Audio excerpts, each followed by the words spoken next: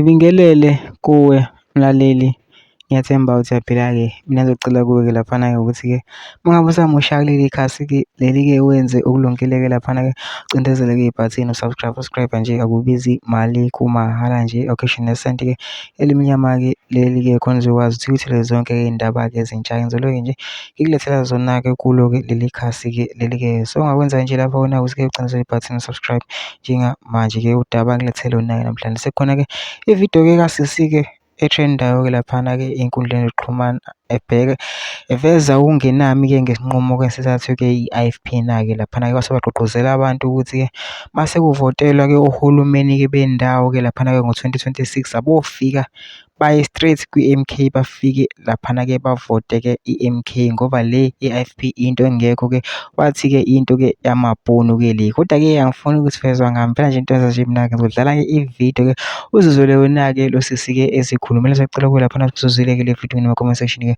ufike ushiye umbono wakho-ke ngalo-ke lolu daba-ke lolu-ke masicindezela nebhathini nje usubscribe nje, akubizi imali, kumahhala nje, occasional sent-ke elimnyama-ke leli-ke. Nawo-ke le video-ke awuyithokozele.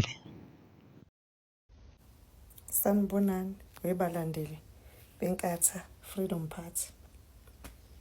Ngicela nje niqhubeke nigqoke iy'kibha zenu zenkatha, konke okwenu kwenkatha, nibe bahle nje njengami nje njengoba ngimuhle kanje. Bese kuthi mase kufika usuku lokukhetha ohulumeni basekhaya,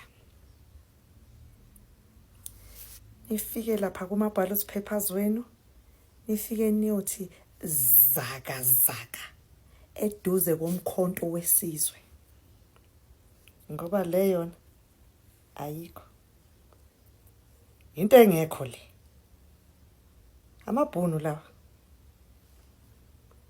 Ingakhohlwa ukuthi zaka zaka eduze komkhonto wesizwe.